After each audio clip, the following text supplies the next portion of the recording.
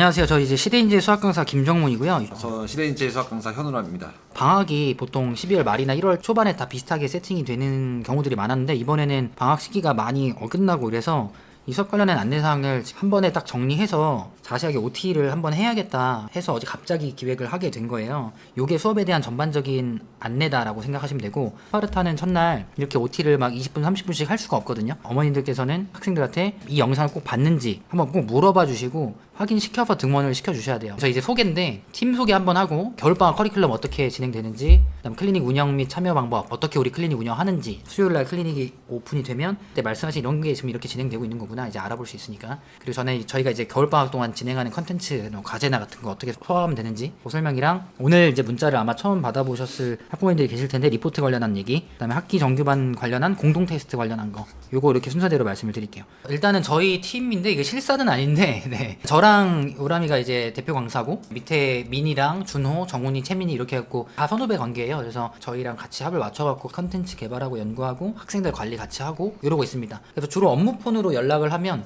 저희가 직접 받거나 아니면은 실장쌤들이 소통을 하는 거라고 생각하시면 될 것 같아요. 겨울방학 커리큘럼 시작인데 이거 현우라 쌤이 좀 소개를 좀 해주시는 게 좋을 것 같아요. 수2랑 수1 중에서 보통 일반적인 학원들이 수1을 먼저 하시고 수2를 하다 보니까 이제 이거에 대해 설명을 좀 먼저 드려야 될 것 같아요. 일단 뭐 두 가지로 저는 생각하는데, 첫 번째로는 2월에 수1이 아닌 수2를 하고 있는 게 비교할 때가 아닌데 뭐 내신에 더 집중해서 이제 해야 되는데 라는 생각이 좀 들었고, 실제 수학을 가르치는 입장으로 봤을 때는 수학2에서 여러 가지 함수적인 성질들을 되게 많이 배우게 돼요. 문제를 푸는 과정에서 수학1에서 어려운 함수들을 보면서 하는 것보다는 수학2에서 좀 쉬운 함수들을 보면서 연습을 하고 오면 수1을 배울 때 내용적인 측면이나 뭐 문제를 접근하는 측면이나 이런 것들을 많이 도움을 받을 수 있을 거라 생각해서 수학2를 먼저 하고 수학1으로 구성을 했습니다. 그래서 스파르타랑 정규반이 회차가 다르다 보니까 이제 구성이 좀 다른데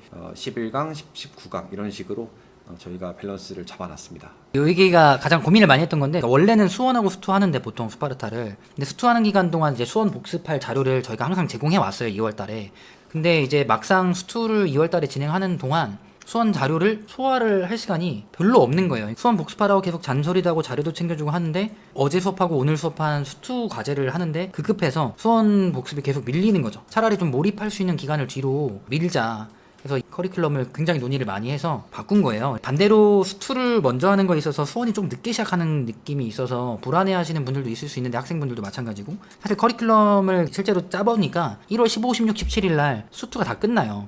어떤 반이든 끝나고 나면 한 달 반 정도 기간을 거의 수원에 집중하는 거고, 그 기간에 수2를 일반적으로는 복습할 필요가 없잖아요. 두 과정을 동시에 1학기 때 시험을 보는 좀 특수한 케이스를 제외하고는 수2는 다 이제 한 번 이제 오랜만에 한번 봤으니까 다음 여름방학을 기약하고 수원만 한 달 반 동안 집중을 하면 과제들도 좀 더 많이 부여할 수 있고 집중적으로 매일매일 공부하는 게 수원이 되니까 수원에 좀 더 강점이 생길 거라 생각해서 이번에 좀 큰맘 먹고 바꾼 거니까 과정에 대해서 너무 의문을 갖지는 않으셔도 괜찮을 것 같습니다. 많이들 착각하시는 게 1, 2다 보니까 이게 선후의 느낌이 드실 수 있는데 전혀 다른 수학을 다루기 때문에 고1까지는 약간 좀 대수적으로 집중해서 푸는 형태를 관점을 바꿀 필요가 있는데, 수2에서 먼저 맛을 보고 수원에서 하면 이게 이 느낌이구나 라는 것을 더 잘 받아들일 수 있을 거예요. 요거는 이제 개강 날짜라 이런 건데, 저희가 이제 마지막 설 있는 주간에 스파르타 같은 경우는 화수목이 휴강이에요.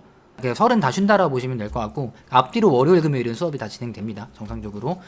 그리고 스파르타 같은 경우는 방학 기간이 있다라는 거, 학교 가는 기간을 대충 평균 내서 아마 3일부터 10일까지 방학 기간이 있고, 그리고 시간 계획은 뭐 복수 테스트, 수업 시간, 점심시간, 클리닉, 뭐 나머지는 다 비슷합니다. 그리고 이제 클리닉 얘기를 좀 간단히 드리자면, 이제 정식적으로 클리닉은 수요일부터 시작이 돼요. 그래서 스파르타 개강에 맞춰서 평일 오후에는 항상 클리닉이 있다. 꼭 1시 반 시작이라고 1시 반에 올 필요가 없고, 12시 반부터는 자리에 앉아 있을 수 있을 겁니다. 1시 반까지는 점심 먹고 앉아 있고, 이때부터 출석 체크가 시작된다고 되시면 봅니다. 된다고 보시면 됩니다.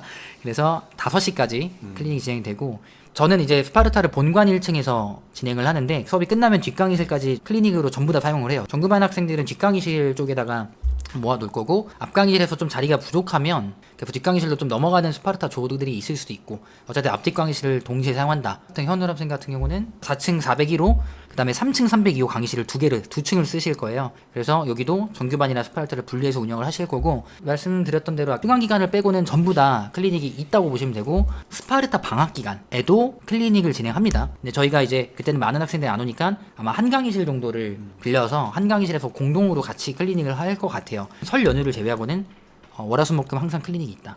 그렇게 이해하시면 됩니다. 일단 클리닉 조 구성은 스파르타 같은 경우는 이런 식으로 이제 지정 좌석제로 진행을 합니다. 그래서 학생들이 이제 지정된 좌석에 앉고 이제 지문수고 선생님들한테 질문하는 구조로 진행되고, 학생들이 이제 공부할 때 공부하고 쉴 때 쉬고 이런 것들을 위해서 클리닉 1교시와 2교시를 편성해놨습니다. 물론 뭐 화장실을 가고 이런 것들이 불가능한 건 당연히 아니고, 가운데 15분 정도는 그냥 푹 쉬고 다시 충전해서 할 수 있도록 교실을 지정해놨고 그렇게 운영할 겁니다. 그리고 마지막으로 그 클리닉이 불참할 경우 스파르타 같은 경우는 부모님한테 먼저 연락을 드리고, 연락이 안 되면 학생한테 연락을 해서 왜 안 왔는지 매일매일 전화를 할 거라서 그거는 인지하고 계시면 될 것 같아요. 이 좌석은 그 주 5일 참석을 이제 제출한 친구들, 그러니까 저는 5일 내내 클리닉을 참석하겠습니다 하면 저희가 조를 짜거나 좌석을 배치할 때 고정을 시켜놔요, 그 친구들을. 그리고 이제 뭐 풀로 참석하지 않는 친구들이 날마다 자리가 한두 칸 정도는 바뀌어요. 라인별로 조가 짜져 있기 때문에 그 줄 안에서 앞으로 한두 칸 정도는 조금 바뀔 수 있다. 근데 뭐 크게 다른 자리로 갑자기 확 뛰거나 이런 경우들은 없어요. 조 안에서 움직임이 있는 거라서. 그래서 그런 거는 걱정 안 하셔도 되고, 만약에 자리가 많이 불편한 자리가 있다라고 하면은 정당한 사유라고 저희가 판단되면 옮겨주고, 근데 정당하지 않고 너무 기분에 따라서 바꿔달라는 건 안 바꿔줘요. 12시 30분에 수업이 종료되면 뒷정리하면서 저희가 칠판에 빔 띄우고 TV에 이 화면을 띄워줘요. 날마다 밥 먹으러 가기 전에 이 화면을 확인하고 그쪽으로 가방을 옮겨놓고 그리고 밥을 먹으러 가야 돼요. 아시겠죠? 저희 입장에서도 어떤 학생이 어디 앉아있는지를 빠르게 좀 판단할 수 있다. 장점이 더 많고 몇 해째 해오고 있는 거니까 그건 좀 믿고 따라주셨으면 좋겠습니다. 그리고 클리닉 시간에 휴대폰을 쓰지 못하게 할 겁니다. 그래서 저희 휴대폰 수거함이 강의실에 비치돼 있고, 클리닉 시간에는 책상 위에 핸드폰이 꺼내져 있으면 안 돼요. 기본적으로 저희 수거함에다가 제출을 해놓고, 아니면 가방에 넣어놓고 절대 꺼내지 마세요. 쉬는 시간에 정도 잠깐 하는 거 뭐 그 정도까지는 저희가 뭐 터치하진 않을 텐데, 기본적으로 막 대놓고 책상에 꺼내져 있거나 하면 안 되고, 수업 시간에도 마찬가지입니다. 하여튼 그 핸드폰 말씀드렸고, 그 다음에 저희 이제 수업 교재 관련한 거, 교재 종류가 많아서 이 이미지를 잘 기억해 두시면 좋을 것 같긴 해요. 가장 왼쪽에 있는 게 본교재, 그 다음에 여기 회색으로 돼 있는 거 리뷰라고 써 있는 거 보이나요? 두 번째 교재가 리뷰가 저희 본교재에 있는 문항들을 개념 페이지 같은 자질구레한 페이지 빼고 문제만 타이트하게 모아놓은 게 리뷰예요. 요게 숙제 과제입니다, 기본적으로. 그래서 리뷰가 기본 과제. 그 다음에 세 번째 게 워크북, 그 다음에 네 번째 게 테스트 리뷰. 시험이 있는 날은 테스트 리뷰가 배부가 되는데, 이 테스트 리뷰에는 테스트 원안이 똑같이 한부가 들어가 있어요. 뒤쪽에 저희 마지막에 있는 서포트라고 있죠, 해설지인데, 테스트에 대한 해설지까지 같이 동봉된 테스트 리뷰 자체가 테스트 리뷰 앤 서포트 이렇게 보시면 되고, 그리고 마지막에 있는 이 칼라로 되어 있는 이 띠지 되어 있는 게 서포트인데, 이 서포트 같은 경우는 저희가 직접 작성하는 해설지입니다. 아무래도 더 뭐 사파라든지 그 다음에 애들 가독성이 또 좀 더 좋게끔 좀 해설을 전부 처음부터 다시 작성한 서포트고, 저게 항상 책으로 나가지는 않고요. 잘 준비가 이번에는 일정상 잘 돼서 수학2 같은 경우는 책자 형태로 이번에는 배부가 돼요. 근데 수원 과정은 지금 또 리뉴얼을 많이 하고 있어서 책자 형태로 나갈지 모르겠지만, 기본적으로 저희가 나가는 자료 중에 서포트라는 건 해설지구나 이렇게 이해하시면 됩니다. 정리해드리면 본교재 에티튜드, 리뷰, 워크북, 숙제. 리뷰도 필수 숙제입니다. 테스트 리뷰는 테스트가 있을 때 필수 숙제. 이렇게 세 개가 숙제라고 보시면 되겠습니다. 저희가 이제 아예 한 팀이 되면서 교재의 어떤 이 시스템도 조금 더 체계적으로 만들어 보는 거에 시간을 좀 쏟아봤어요. 그래서 수투 기준으로는 소스 레벨이 8로 구분을 해서 저희가 문항을 분류를 합니다. 이 중에서 지금 L4라고 되어 있는 레벨이 이번 겨울방학 때 A3반에서 진행하는 수투 교재예요. 그럼 A3반에서 진행하는 수투 교재는 L4 레벨은 1, 2, 3 소스 레벨을 A, B, C 스텝으로 묶어서 한 권의 교재가 된 거라 생각하시면 돼요. 그리고 다음 레벨인 A2는 2, 3, 4의 소스를 묶어서 A, B, C 스텝으로 한 권의 교재가 되면 된다. 그러니까 겹치는 부분이 생깁니다. A3 입장에서는 이제 C 스텝 혹은 미니 테스트가 되는 건데, 여기가 다음 레벨에 조금 더 어려운 문제들을 가지고 오는 거다 보니까 일부, 전부 모든 문항을 갖고 오는 게 아니라 그치 한 뭐 30% 내외로 미니 테스트 형태로 구성돼 있거나 아니면 시프트탭으로 구성돼 있을 거예요. 왜 미니 테스트 또는 시프트탭이냐면 수투는 저희 여름방학 때 리뉴얼을 한 걸 겨울방학까지 이어서 써요. 왜냐면 저희가 2학기 때 내신을 수투를 진행하니까 그때 리뉴얼이 많이 되거든요.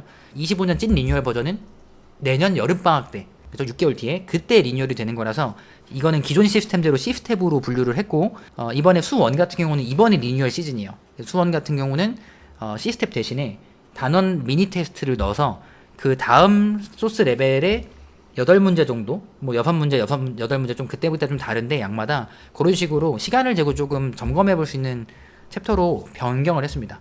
좀 더 잘한 친구도 있을 거예요. 그러면 다 연계가 돼 있으니까 그 다음 레벨 워크북을 풀 수 있게끔 저희가 오픈할 겁니다. 자기 반에 맞는 워크북이 기본 사양이 세팅이 돼 있겠지만 이 친구는 이 반에서 뭔가 조금 더 잘하고 있어. 그래서 다음 워크북을 풀어도 될 것 같아. 그러면 선생님 재량하에 뭐 반 이동을 굳이 할 수 없는 상황이거나 하지 않는다면은 워크북 레벨을 저희가 조정해놓은 식으로 이번에 그렇게 맞췄어요. 이해하셨나요? 네. 서포트. 아까 말씀드린, 그죠? 서포트는 일단 해설지입니다. 네. 혼동이 있으실까봐. 끝이야? 저희가 제공하는 모든 컨텐츠 거의 99% 정도라고 생각하시면 돼요. 나가는 테스트, 본교재에 붙어있는 예제, 유제, 모든 문제들, 그 다음에 워크북 모든 것들이 전부 다 해설지를 저희가 기본적으로 학생들이 보는데 불편함이 없게 하려고 지금 여기 붙은 인력들만, 그러니까 뭐 강사급 인력만 아까 봤던 최소 6명, 저희를 외부에서 도와주는 인력까지 하면 8, 9명이 거의 해설지에 붙어 있어요.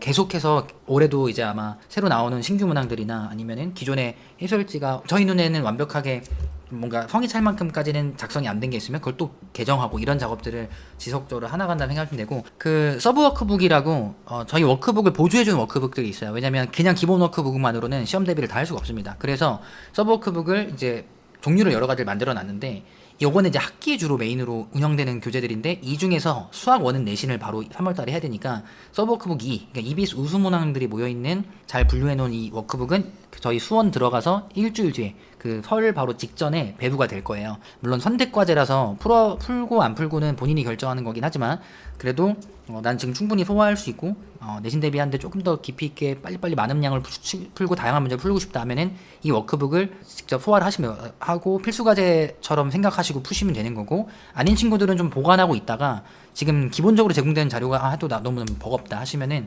3월달에 내신 들어갈 때 풀어놔야지 아껴두시면 됩니다. 이것도 해설지 같은 것들이 다 똑같은 방식으로 서술돼 있어요. 그러니까 굉장히 공을 많이 들였고, 마찬가지로 내신 기출편 드릴북 이런 것들은 학기 중에 제공되는 서브 워크북들인데 기본 워크북이랑 컨셉이 조금씩 달라요.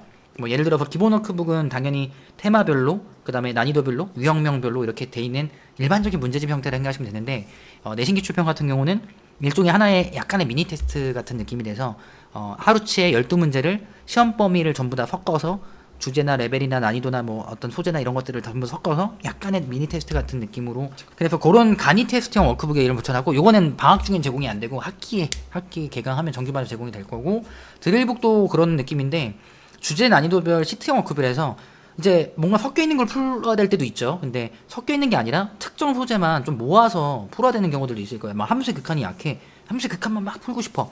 근데 난이도가 너무 중구난방하면 안 되니까 좀 나는 함수의 극한의 중 레벨부터 한번 집중적으로 보고 싶어. 아니면 난 이미 공부가 잘 돼서 함수의 극한 상만 좀 풀어보면 될 것 같아.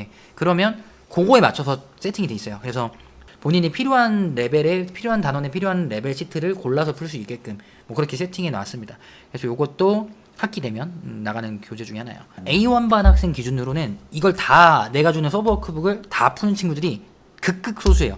그러니까 거기서 본인한테 조금 본인 학교 시험이나 본인 스타일에 맞게끔 조금 더 적합한 형태의 워크북을 풀고 싶어 해서 이렇게 좀 컨셉을 다양하게 분화시킨 거거든요.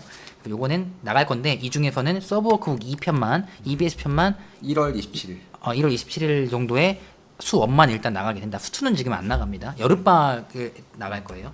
그 다음에 리부트 컨텐츠는 요거는 방학 때 한번 나갈 건데, 리부트가 이제 다시 불러오는 개념이니까, 그래서 저희가 제공하는 워크북이나 뭐 저런 뭐 서브 워크북 컨텐츠들에서 그 이제 문제들을, 왜냐면 그 워크북의 형태에 맞게끔 풀었으니까 이게 뭔가 시험지 형태로 제공됐을 때는 분명히 좀 문제 느낌이 확 다를 거거든요.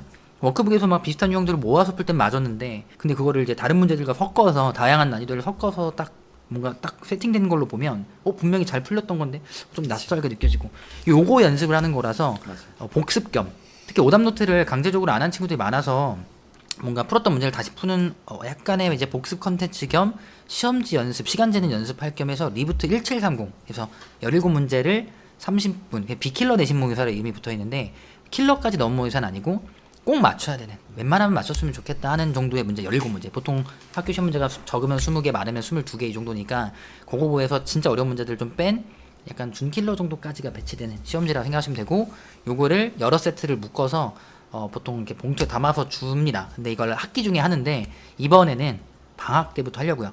그래서 어쨌든 요거는 신규 문항들은 아니지만 어쨌든 애들이 좀 문제 워크북 푼 지가 좀 시간이 지나면 신규 문항처럼 느끼거든요. 그리고 더 중요한 게 유형 분류가 되어 있는 워크북을 풀 수밖에 없잖아요, 시기상으로. 그치. 겨울방학이다 보니까. 그러면 약간 수학을 암기식으로 하는 친구들은 그걸 굉장히 잘해요.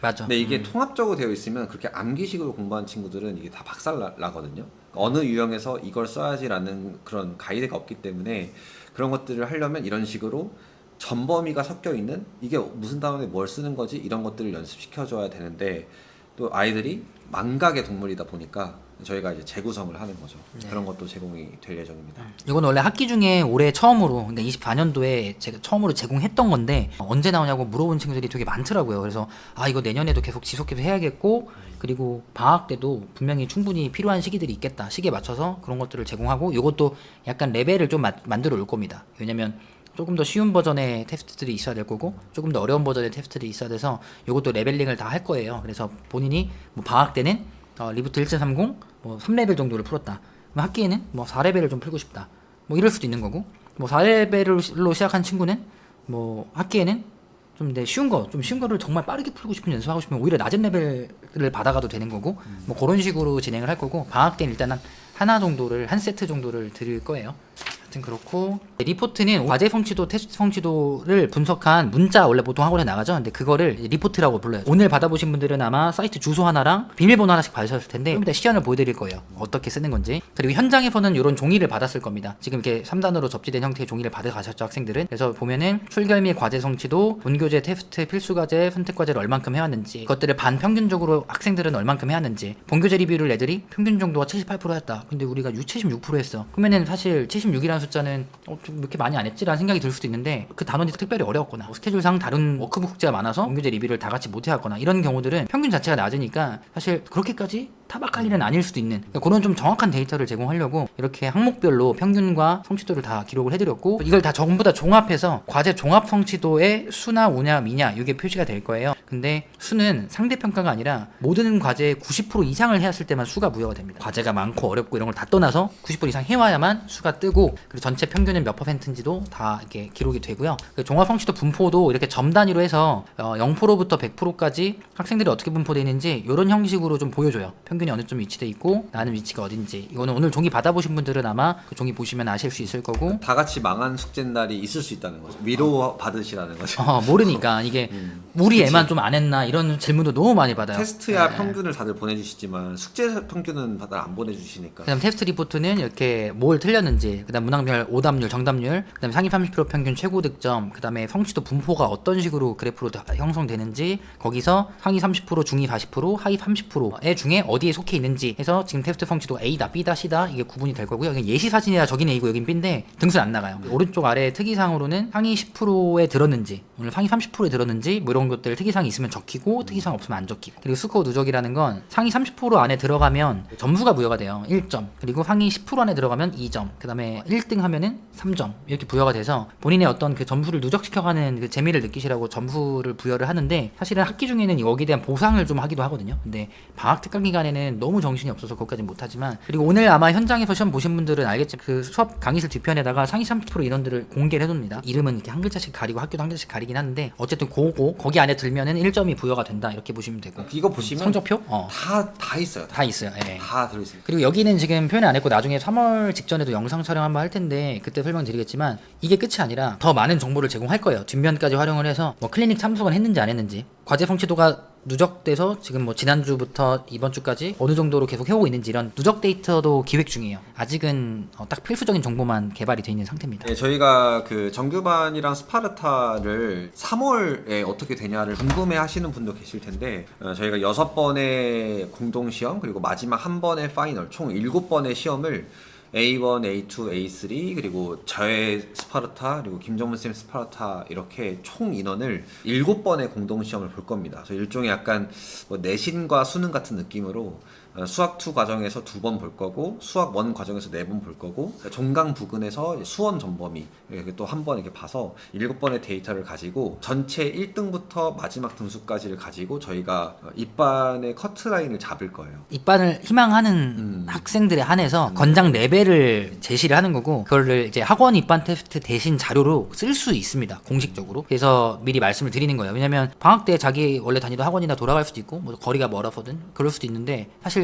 그 스파르타 듣고 정규로 이동한 친구 되게 많아요. 근데 그거를 매번 학원 입반 테스트를 거치기가 굉장히 학생들도 저희들도 불편하기 때문에 학원에서 저희가 한 번씩 스파르타 기간 동안 1회 정도를 테스트를 입반 테스트 대체 자료로 사용을 했었는데 이번에는 어차피 한 팀이 되기도 했고 이 데이터를 조금 더 디테일하게 좀 분석해보고 싶어서 그리고 학생들한테 좀 더 1회성 시험보다는 그간 누적돼 있는 데이터들을 좀 이렇게 평균을 내는 방식이 좀 더 형평성도 맞고 정확도도 높은 데이터라 생각해서 이렇게 각자 반에서 진행된 테스트 중 6회 그다음 파이널 1회까지 해서 그 데이터를 우리가 사용한다 이렇게 이해하시면 되고요. 입반을 희망하지 않아도 이 데이터는 받아보시는 게 좋습니다. 왜냐면 제일 정확한 데이터일 거예요. 방학 동안 정말 어느 정도 성취도를 내왔구나. 내가 방학 동안 열심히 해서 초반에 했던 것보다는 후반에 더 좋은 결과를 만들었구나. 수험보다는 수투가 약하구나. 뭐 이런 거라든지 훨씬 더 정확하게 데이터 받아보실 수 있으니까 꼭 정규반 희망을 안 하시더라도 의미 있는 자료가 될 거라고 생각합니다. 언제 보는지가 이제 다 기록을 해놨는데 저희가 이미 다 계획이 다 짜져 있습니다. 저희 다 계획이 있는 사람들이에요. 그렇죠? 네. 다 계획이 있구나. 그렇죠? 그래서 며칠 날 어떤 진도로 지금 공동 테스트가 예정돼 있는지도 이미 계획을 다 짜놨어요. 그래서 2월 말까지 네. 커리큘럼을 다 비교하면서 네. 날짜가 이미 다 정해져 있습니다. 물론 공동 테스트가 있기 전 수업 때는 저희가 공지를 할 거예요. 이번 주 금요일 테스트는 공동 테스트 자료로 활용된다 이렇게 공지를 할 건데 그래도 미리미리 조금 좀 더 준비를 하고 싶다면은 요 회차를 참고하시면 되고 이날만 동영상을 보겠다 뭐 이런 식으로 빠지시면 데이터가 모자라면 나중에 공신력이 떨어지기 때문에 뭐 입반 테스트 자료로 활용하고 싶을 때 좀 불리함이 있을 수 있어요. 그래서 웬만하면 빠지지 않기를 그다음에 지각 절대 하지 않기를 바랍니다. 예를 들어서 저희 스파르타 반에서 공동 테스트를 보았는데 동일한 시험지를 A1 반에는 친구들이 있단 말이에요. 애들이 시험지를 공유해 버리면 그 테스트에 데이터가 왜곡됩니다. 애들이 야 나 시험 좀 보여줘 해서 막 답을 외우고 이런 친구들 당연히 있어요. 그래서 공동 테스트는 1월 3일 날 A1, A2가 시험을 보고요. 1월 4일 날 스파르타라고 본다. 예를 들어서 그러면 1월 4일 끝나고 나서 전체한테 문제 공개. 네, 시험지가. 그래서 테스트 리뷰가 기본적으로 과제라고 했는데 공동 테스트가 있는 날 과제는 한 회차 밀려서 과제가 나올 수도 있어요. 오늘 시험을 봤지만 오늘은 테스트 리뷰가 없어. 왜? 다른 반이 아직 시험을 안 봤거든. 그치. 근데 그게 한 회차밖에 차이가 안 나요. 저희가 계산 다 해봤는데 그리고 전체 회차로는 지금 6, 7번인데 거의 반반 나눠서 정규반이 2, 3번 정도 조금 한 타이밍 늦게 테스트 리뷰를 받거나 반대로 스파르타가 3번 정도 늦게 받거나 이 정도라서 크게 불편함이 없다라는 것까지도 다 이미 짜본 거라서 그리고 현장에서 당연히 안내할 거고 해서 뭐 그 정도. 어쨌든 네. 문제를 수거한다는 거. 맞아. 그날은 수거합니다. 네, 기본적으로. 문제 수거하고 당연히 답도 안 드립니다. 그날. 오늘 우리 반이 마지막 테스트야. 그러면 그치. 수거 안 하고 바로 우리 반이 배박이죠. 마지막에 보는 날이면 그 바로 반은 배박이고. 바로 주는 거고. 그쵸. 점수는 갑니다. 점수. 네네. 최대한 공정하게 하려고요. 데이터를 최대한 공신력을 높여서 하려고 신뢰도를 높이려고. 자 됐습니다. 이렇게 하시면 일단 끝이고 저희가 2월 중순쯤에 방송을 한 번 더 할 거예요. 왜냐면 3월 개강됐을 때도 어떻게 되는지에 대한 문의가 제일 많이 오는 시기라서 그때 좀 바뀌는 시스템이나 아니면 정말 내신 대비는 어떤 식으로 이루어지는지 뭐 이런 얘기들은 그때 할 거라서 뭔가 3월과 관련된 질문들은 지금 조금 지양해 주시면 좋을 것 같고 방학 스케줄과 관련된 얘기들만 질문을 지금 달아주시면 질문 답변을 최대한 드리고 퇴근하겠습니다. 일단은 첫 번째 스파르타 수업 교실 정확히 본관이 맞나요? 이건 저희 반이 좀 잘못 나온 것 같은데 저희는 아직 스파르타 학부모님들한테 저희 강의실 강의 안내를 한 적이 없어요. 그러니까 아마 학원에서 문자가 나간 것 같은데 학원에서 강의실이 중간에 한번 바뀌었는데 잘못 내보내신 것 같아요. 내일 아마 정정된 문자가 나갈 거고 저희 쪽에서 나가는 문자로도 이제 본관이라고 안내가 나갈 겁니다. 본관이 맞습니다. 2번 결석하는 날 영상 수업 대체 가능한가요? 가능한데 이게 학원 방침상 전체 회차의 절반까지밖에 안 돼요. 예를 들어 30번 하는데 20번을 영상으로 보겠다. 이건 학원에서 아마 막을 거고 저희가 알기로 반까지 되는 걸로 알고 있어요. 최대 반까지. 30번이면 15번까지. 그리고 그렇게 영상을 계속 보는 애들이 있으면 저희가 저희가 보통 확인합니다. 무슨 사정이 있는지. 이게 만약에 게을러서 뭐 깨부리고 안 오는 거면은 사실 다른 수업을 선택하는 게 맞죠. 어쨌든 가능은 하다. 3번 레벨 테스트 아닙니다. 랜덤입니다. 네, 조구성 근데 6배정은 랜덤. 많이 요일 할수록 고정을 깔아놓고 한다는. 주 5일인 친구들부터 저희가 심어놓고 그 다음에 땅이 조율합니다. 그 다음에 클리닉 2시부터 되나요? 집에 와서 점심 식사 가면 좀 뭐 이거는 뭐 상관은 없어요. 네, 상관은 없는데 가능한 연락을 주시면 따로. 예, 미리 이거 조율만 돼 있으면 돼요. 저희가 비곤안에 적어놓고 그러면 전화를 굳이 1시 반에 안 해도 되니까 저희한테 정확히 설명만 돼 있으면 될 것 같고. 그다음에 이것도 교재를 시중 교재로 알려달라고 하시더라고. 근데 이게 진짜 어려운데 이 질문이 사실 제일 어려워요. 왜냐면 솔직히 비교가 좀 정확히 안 돼요. 왜냐면 시중 교재들은 정말 전국 학생들한테 판매하는 거라서 유형이나 문항의 배치나 이런 것들이 결이 좀 달라요. 저희가 쓰는 거랑 강의용 교재랑. 그래서 사실 정확히 모르겠지만 제가 만약에 제 수업 기준으로 스파르타 수업을 따라가는 데 있어서 뭘 좀 준비해 보면 좋냐 하면은 센 B는 좀 풀어오면은 적어도 수업에서 막 연산이 밀려갖고 막 어버버버되면 수업을 못 따라가는 경우는 없다. 센 B 정도는 풀 줄 아는 상태 오면 물론 그렇다고 수업이 수월하다는 게 아니에요. 과제가 아주 수월하다 이게 아닌데 센 B 정도 풀었는데 수업이 너무 어려워서 숙제를 하기가 너무 어려워서 너무 기억이 안 나서 못 따라가는 경우는 없다. 한 이 정도라고 봐야 될 것 같고. 근데 이것도 좀 정확하진 않아요. 이게 제일 많이 나온 질문인데 제가 제일 정확하게 답변을 못 드리는 부분 중에 하나예요. 그리고 제 수업 같은 경우는 수학2는 아예 처음 보는 학생의 느낌으로 수업을 짰고요. 그리고 수1 같은 경우는 뭐 한두 번 정도 본? 하지만 어쨌든 내신 대비해야 되니까 약간은 좀 더 어려운 부분까지 건드는 그런 느낌으로 보시면 될 것 같아요. 근데 이게 봐봐. 내가 센 B를 풀고 싶으면 좋을 것 같으니까 또 어머니들 중이나 학생들 중에서 센 B 정도 된대 이렇게 얘기하시는데 저희 워크북이 센 B 정도 난이도라는 게 아니에요. 이게. 그리고 수2가 확실히 수원보다는 워크북이 좀 더 쉬워요. 수2가 더 쉽습니다. 네, 방학이 한 번 더 남아있기 때문에 수원은 마냥 쉽진 않아요. 네. 그다음에 실력반 듣다가 어려우면 변경 가능하냐? 뭐 변경 가능하죠. 네, 가능합니다. 이거는 뭐 학생이 저희한테 반대도 마찬가지고 너무 쉬워서 어려운 반으로 옮겨도 되고 너무 어려우면 옮겨도 되고 그거는 저희랑 최대한 수업 하루 이틀 차 됐을 때 1, 2회차 정도 됐을 최대한 때 빨리 하시는 게 좋을 것 같아요. 네, 빨리 하는 게 좋아요. 수학2가 그걸 판단하기에 제일 좋은 것 같아요. 처음 듣는 학생. 이거는 너네 반 학생이 맞을 건데. 네네. 일단 저희 반은 수원수투가 제 반은 수원수투가 처음인 학생은 들을 수 없는 수업이에요.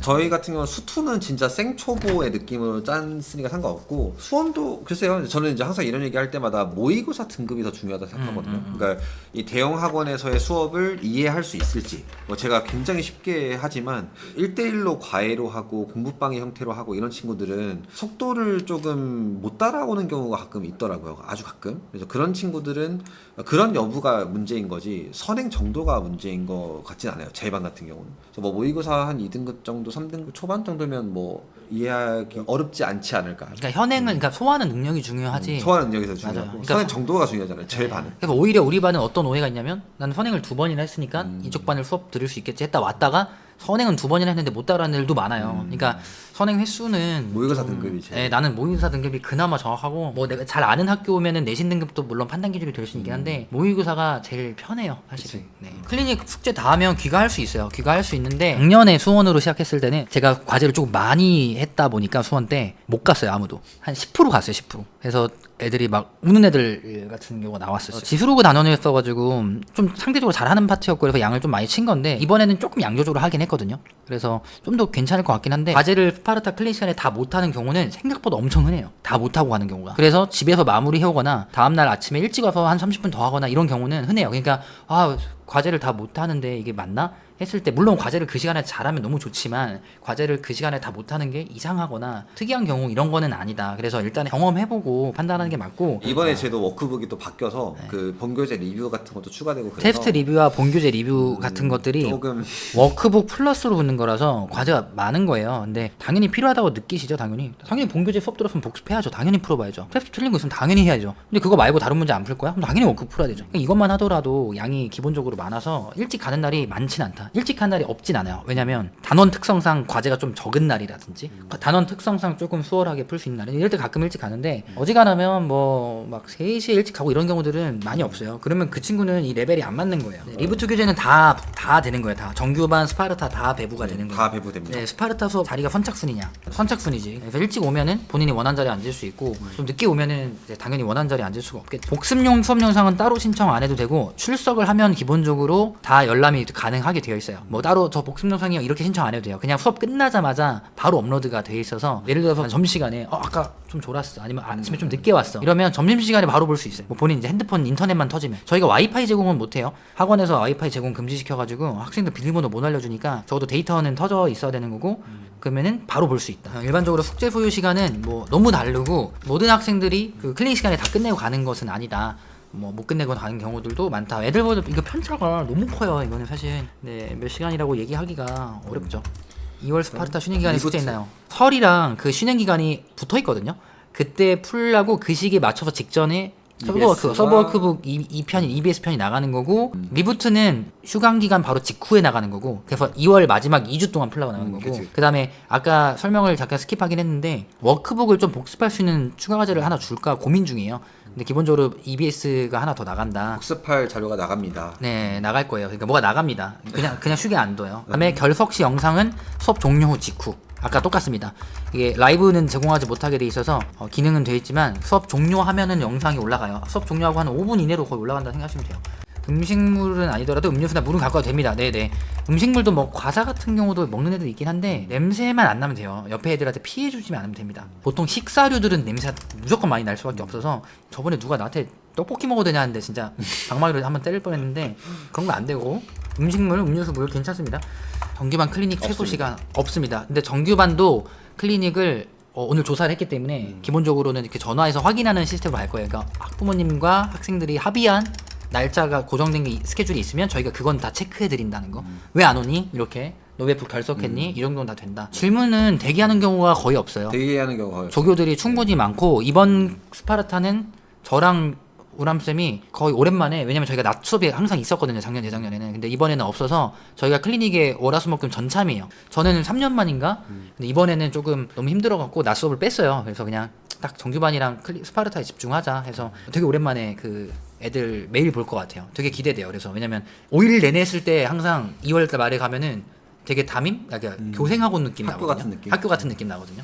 진짜 재밌어요. 힘든데 재밌어요. 그래서 정규반 친구들도 많이 와야 되는데 30회가 맞고 뭔가 종강날이나 이런 것들이 조금 다르게 인지하고 계신 것 같은데 저희가 30회가 맞습니다. 네, 30회로 짜져 있어요. 맞아요. 휴강 기간은 저게 맞아요. 2월 3일부터 네, 2월 10일. 내일 문자가 한번 나갈 거니까 거기서 한 번 더 확인해 주시면 될 것 같고. 그러니까 1월 31일 금요일 날 수업을 하고 쉬고요. 아, 그치. 설 때, 설 앞뒤로 수업이 있어요. 월금에. 1월 27일 월, 1월 31일 금 하고 이제 휴강이 시작됩니다. 일찍 도착해서 복습이 가능하죠. 근데 정규반 강의실이 당연히 열려 있고, 그다음에 스파르타는 일찍 열면 8시 좀 넘어서 8시까지 일찍 열렸는지는 확인을 해봐야 될 것 같아요. 스파르타 워크는 어느 맛 난이도 워크를 A1반은 스파르타랑 똑같아. 저는 작년에 A1S를 처음 하면서 스파르타 제일 높은 레벨 처음 했는데 작년에 스파르타는 오래 했지만 사실상 이 반에는 S반으로 넘어간 친구 많지 않아요. 그래서 A1반이랑 똑같이 하는 게 맞다라고 판단했고 A1반이랑 교재 워크북 난이도 똑같고 수업 레파토리까지 다 똑같아요. 그러니까 그냥 아침에 와서 아침형 인간으로 사느냐 그치. 저녁형 인간으로 사느냐 이 차이고 매일 과제를 하는 게 좋으냐 매일 과제라고 중간에 뭔가 텀이 있는 거, 이게 휴강 기간이 있거나 한 게 좋으냐, 아니면 일주일에 3번이니까 띄엄띄엄 과제할 시간을 충분히 확보하는 대신에 중간에 쉬는 기간 없이 쭉 가느냐, 딱 그런 선택이라고 생각하시면 될 것 같습니다. 저희 반 같은 경우도 A2랑 완전히 동일합니다.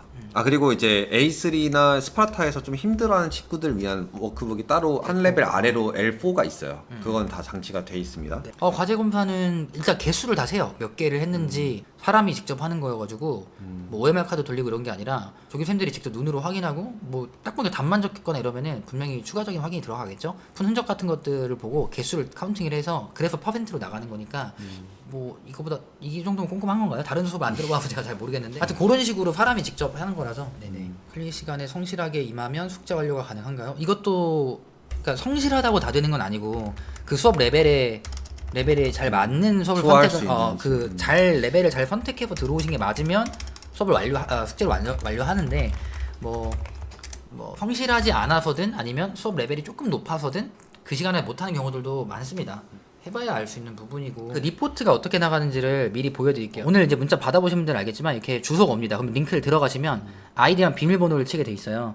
아이디는 010을 뺀 그 학부모님 핸드폰 번호 또는 학생 핸드폰 번호 둘 다 됩니다. 이런 식으로 이게 핸드폰 번호인데 저희 이제 그 조교 핸드폰 세팅 번호거든요. 그리고 여기다 비밀번호를 치면 들어가면은 이런 식으로 이게 핸드폰으로 보이겠죠? 그러면은 특이하가요? 아, 안돼 안돼. 이런 식으로 그 문자에 이렇게 쭉 스크롤하면은 뭐 과제 성취도 이렇게. 요거는 학부모님들한테 나갈 때 이렇게 나가요. 학생들이 현장에서 종이로 나갑니다. 종이로. 실제 정규반 애들은 오늘 나간 거죠. 나갔어요 오늘 종이로. 그래서 이렇게 뭐 아까 말한 것들 이런 게 이렇게 좀 핸드폰에서 보기 좋으시게 이렇게 만들었어요. 이게 학부모 문자라고 보시면 됩니다. 네. 그리고 거기 이제 이 비밀번호는 문자에 써져 있는데 그 고유 비밀번호가 그 학부모님 개인별로 다 부여가 되는데 이 비밀번호는 안 바뀌는 거라서 문자가 나갈 때마다 적혀 있을 거라서 뭐 외워두실 필요도 없고 문자 받았을 때 써져 있으니까 로그인을 그냥 그때그때 하시면 됩니다. 그래서 가장 최근 성적표를 노출하게 되어 있고 리포트가 갱신되었다 이렇게 문자가 나가면 그때 링크 들어가서 확인하시면 돼요. 아 주말에는 과제가 없어요. 당연히 매일 평일 수업이니까 당일 할 숙제들이 있는 거지. 뭐 따로 추가로 금요일 날에서 월요일 날 올 숙제는 금요일 날 나간 숙제가 그 숙제가 되는 거라서 뭐 밀린 게 있다면 주말에 좀 미흡한 데를 챙기면 되긴 하는데 주말용 숙제가 따로 없고요. 금요일 날 숙제가 곧 주말용 숙제나 똑같은 개념인 거겠죠. 스파르타 인원은 대략 100명 정도씩 될 거예요 아마. 물론 실제 첫날 뭐 안 오고 막 이렇게 노쇼라고 하죠. 뭐 그런 경우들도 있겠지만 항상 보면은 늘 한 100명 근방에서 100명 근방일 거라 보시면 되고 스파르타 수업부 S반 배정은 어렵진 않아요. 근데 작년 1년 전 기준으로는 우리 반이 한 90명? 그때 S반 간 애가 2명? 3명? 밖에 없었어요. 잘 없어요. 네. 근데 모르죠. 올해 애들은 또 모르는데 저희가 마지막 그 파이널 테스트 때는 S반 친구들도 같이 볼 거예요. 왜냐면 비교할 데이터가 필요하니까. 평소 공동 테스트는 같이 안 보는데 최종적으로 정말로 S반으로 배치를 해도 배정해도 괜찮을지를 볼만한 데이터는 그 공동 최종적으로 보는 마지막 7회차 공동 테스트를 보는데 거기서 평소 테스트도 막 너무 좋고 평소 공동 테스트도 좋고 공동 테스트 아닌 것도 너무 잘 보고 근데 최종 테스트까지 잘 봤다 하면은 안 보낼 이유가 없고 그런 것들은 다 제가 다 평가해서 배치를 하는 거라서 성취도만 좋으면은 뭐 충분히 가능합니다. 막혀 있는 건 아니에요. 모의서 2등급 정도면은 제 수업 스파르타 따라가기 어려울까요? 아니요. 저희 반에 이거는 2등급도 2등급 나름인데 맞아요. 2등급 애들도 많아요. 그러니까 1등급 애들이 한 반 정도? 그치, 좀 걸쳐있지 이렇게 1, 2, 3 이렇게 반 조금 넘게 있는 것 같고 2등급 애들도 한 30%? 2등급인데도 잘 따라오는 애들이 있고 그리고 1등급인데 못 따라오는 애들도 있어요. 그래도 모의사 등급이 제일 정확하긴 하지만 어려움을 느끼는 정도? 억치 같은 느낌? 얘는 요만큼 꼬집었는데 막 아파 죽겠다라고 얘는 요만큼 꼬집었는데 좀 더 꼬집어주세요. 약간 이런 느낌이 있어서 등급으로 정확하지 않지만 2등급 애들도 수업을 따라옵니다. 그래서 A1반에 2등급 애들이 있기 때문에 물론 1등급 애들이 조금 더 많기는 해요. 그거 정도는 아시면 될 것 같고 오늘 A1반 숙제를 1시간 정도 안에 끝냈다고 하는데 난이도 안 맞는 거냐? 오늘 숙제가 평소보다 낮고 적은 양이었냐? 수투는 아까 말씀대로 난이도가 크게 어렵지 않았고 1단원이어서 조금 더 쉬운 것도 있어요. 근데 이런 경우면은 저랑 상담이 필요합니다. 그래서 정말로 너무 쉽게 푼 건지 아니면 정말 평소 그 좋은지 그러니까 정말 지금 준비되어 있는 상태가 높은데 A1반으로 온 건지는 확인해 봐야 되니까 저희 사이트에서 채팅 상담으로 학생 이름이랑 이렇게 좀 남겨주세요. 그러면 제가 내일 낮에 시간 되면 바로 상담 드릴게요. 저희 반도 마찬가지입니다. 뭐 네네네. 보고 계실 텐데 상담 언제든지 업무폰으로 상담 신청해 주시면 주세요. 돼요. 클리닉 시간에 핸드폰 사용 못한다고 하셨는데 클리닉에서 당일 수업 영상 복습할 때는 수업 영상은 보는 건 당연히 저희한테 허락 받고 하면 되죠. 근데 이게 올라와 있는데 영상은 안 보는데 올라와 있다. 이거가 안 되는 거고 저 올려만 놓을게요. 이거 안 되는 거고 올라와 있는데 저희 영상 보고 있으면 당연히 뭐라고 안 하죠. 그거는 괜찮습니다. 그 다음에 오늘 수업 결과 문자로 확인했어요. 테스트 결과는 있는데 과제에 대한 결과는 빈칸으로 나오네요. 테스트 결과 있는데 과제가 없다는 거는 오늘 신규라서 과제 검사가 안 이루어졌거나 아니면 과제 자체가 부여가 돼 있는데 미제출했거나 그죠. 미제출이면 0%로 나갈 거고 이게 빈칸인 게 만약에 짝대기로 나온 거면은 아마 오늘 과제 검사가 없는 학생 얘가 오늘 처음 왔거나 각 선생님 업무폰에 연락 주시면 저희가 확인 꼭 해드리겠습니다. 네, 모의고사는 고1 모의사 당연히 이제 데이터가 고1 모의사밖에 없으니까 고1 모의사 기준이고 리뷰가 보통 한 20문제에서 25개 워크북이 보통 3, 40개 한 50개 정도 리뷰랑 뭐 그거 합쳐서 그리고 남은 시간은 시스템 선택 과제를 하면 되고 그리고 이거는 수2 기준이고 수1은 여기에 과제가 더 붙고요. 그 다음 수1이 워크북 양이 더 많아요. 수1은 또 회차가 많아서 또 잘게 쪼개면은 뭐 평균은 비슷할 수는 있지만 어쨌든 많다. 고1 모의사 100점? 계속 100? 고1 모의사 계속 100이면은 저희 반에서도 약간 쉴 수도 있어요. 이거는 좀 들어봐야 할 것 같은데 다른 정보가 좀 더 있으면 좋을 것 같아요. 오늘 그 방송 링크 온 업무폰으로 학교 학생 이름이랑 이런 거 좀 자세한 정보를 남겨주시면 이것도 상담해야 될 것 같아요. 계속 100이어도 확인은 해야 되거든요. 그리고 너무 쉬울 것 같으면 정규반 같은 거 가는 게 나을 수도 있어요. 요 오늘 이 유튜브 방송 링크 온 게 업무폰 번호예요. 저희 뭐 숙제 그 아까 리포트 문자 나오고 이런 게 다 업무폰 번호입니다. 글쎄요 뭐 한 3등급 정도는 돼야 되지 않을까요? 그래도 저도 이 똑같은 레벨을 몇 년 전에 했었는데 전 반이 계속 올라온 거고 요 레벨 했을 때 4등급은 못 받고 4등급은 모의사 4등급은 못 쉽지 봤어요. 않은 것 같았어요. 못 받고 3등급은 간간히 봤어요. 봤는데 2, 3등급이 사실 메인이죠. 조교쌤 대략 몇 분이시냐 클리닉 시간에 질문을 받아준 조교쌤이 한 13명 정도? 저도 14명 정도. 14명. 그리고 제가 포함돼서 저는 일당백이라 저도 있고, 예. 제가 조교 한 5명치 하거든요. 그래서 강사와 13명, 14명 정도. 거기 이제 실장쌤 2명도 포함이에요. 그러니까 실장급도 사실 강사급이거든요. 강사 준비하는 애들에서 질문이 밀리거나 절대 그럴 질문을 일 그런 없습니다. 컴플레인은 제가 6년 동안 받아본 적이 없어요. 저희 반은. 무슨 뭐 100명 앉혀놓고 5명 있고 이런 게 아니라서. 네. 그리고 스파르타 조교 이렇게 인원 키운 것도 저희가 출발이에요. 저희가 인원 이렇게 많이 세팅하고 한 게 대치동에서 원래 이렇게 안 했거든요. 메일반들. 근데 제가 막 엄청 키워놔가지고 적어도 절대 그걸로 불만 들어본 적이 없습니다. 걱정 안 하셔도 돼요. 다 절대. 실력 있고 막 의대생들도 많고 네. 제 제자들도 있고 네. 실제 저 같은 경우도 14명 중에서 8명이 이미 여러 번 하신 분들이라서 네. 검증된 사람들입니다. 주중 화요일에는 클리닉 마치고 다른 과목 수강해야 되는데 시간을 못 맞추면 집에서 해와야 돼요. 이게 만약에 예를 들어서 뭐 4시 수업이다. 이래서 중간하면 예, 그냥 해와야 돼요. 어쩔 수 없어. 뭐 어떻게 해야지 막 네. 이런 느낌. 제가 그 A1, A2, 뭐 A2, A3 스파르타 할 때는 스파르타 첫 주에는 무조건 울면서 전화하는 3-4명 전화를 받았었어요. 과제를 다 못해서 너무 힘들다, 어떡하냐. 그래서 방송을 항상 켰거든요. 과제 조정을 해줄겠다. 근데 지금은 이제 여러 해 더 경험이 쌓여서 그래도 그런 상황까지는 안 오는데 그래도 어쨌든 해내는 수밖에 없어요. 네. 잘 들어보세요. 우라미 반도 그렇고 제 반도 그렇고 정규반이랑 똑같아요. 커리큘럼이. A2반이랑 똑같고 저는 A1반이랑 똑같아요. 그 말은 매일 한다라고 해서 그 과제를 줄이거나 하는 건 말이 안 돼요. 그 단원에 맞춰진 세팅된 그만큼의 양과 난이도를 다른 정규반에서는 소화하고 있단 말이에요. 다른 친구들은. 다 경쟁하는 거고 그치. 상대평가인데 스파르타라 매일 한다라 해서 그걸 안 한다? 좀 이상한 거지. 매일 하는 게 장점이 아침형 인간 만들기밖에 없는 건데 안 되는 거고 타협 없고 당연히 집에 가서라도 해야 되고 집에 가서 하는데도 못 따라간다 하면 수업 레벨 조정을 하시는 게 맞아요. 예, 스파르타 레벨을 조정하시거나 하는 게 맞고 당일날 다 못하는 경우들이 있지만 집에서 막 11시까지 하는데 못해. 클리닉을 3시간 동안 했는데도 못했고 집에서 밥 먹고 11시까지 했는데 못해. 이 정도는 난이도를 조정하는 게 맞다. 근데 집에서 막 1-2시간 정도 좀 깔짝깔짝 뭐 마무리 못한 문제들 풀거나 뭐 이 정도 추가 정도로 더 하는 거는 감수하셔야 될 수도 있다. 네. 어떤 날은 하루 종일 수업이다. 이게 오후에 과학 수업이나 이런 게 잡혀 있는 경우들은 당연히 집에서 해야 돼요. 밤에 저녁 먹고 방법 없어요. 이거는 매일 수업이고 매일 숙제라는 컨셉의 수업인데 과학을 막 월화목금에 깔아놨다. 이거는 사실 좀 문제가 있어요. 이런 거는 이거는 스파르타 수업을 신청하면 안 돼요. 이런 경우에는 오후에 충분히 비워놔야 됩니다. 업무판 상담 감등하시는 그냥 남겨주시면 저희가 뭐 준비하거나 하다가 여유 될 때 계속 짬짬이 전화를 드리는 거라서 그냥 문자는 아무 때나 남겨주셔도 상관없어요. 남겨주시면 누락 없이 연락 다 드립니다. 그리고 마지막으로 다시 한 번만 말씀드리지만은 다음 방송은 2월 중순에 그간 방학을 좀 마무리하는 느낌에다가 3월은 어떻게 진행되는지 그거를 그때 할 거고 그 전까지는 특별히 방송은 없을 것 같아요. 이제 수업 집중해야죠 저희도. 네, 일단 뭐 질문 더 안 올라오니까 방송은 종료하고요. 이제 개인적으로 질문 있거나 상담 필요한 것들은 아까 저희가 업무폰으로 토스한 것들만 지금 업무폰에 남겨주시면 되겠습니다. 고생 많이 하셨고. 네, 고생 많이 하셨고. 예, 수업에서 뵙겠습니다. 네, 화이팅. 자, 2025년 화이팅. 화이팅.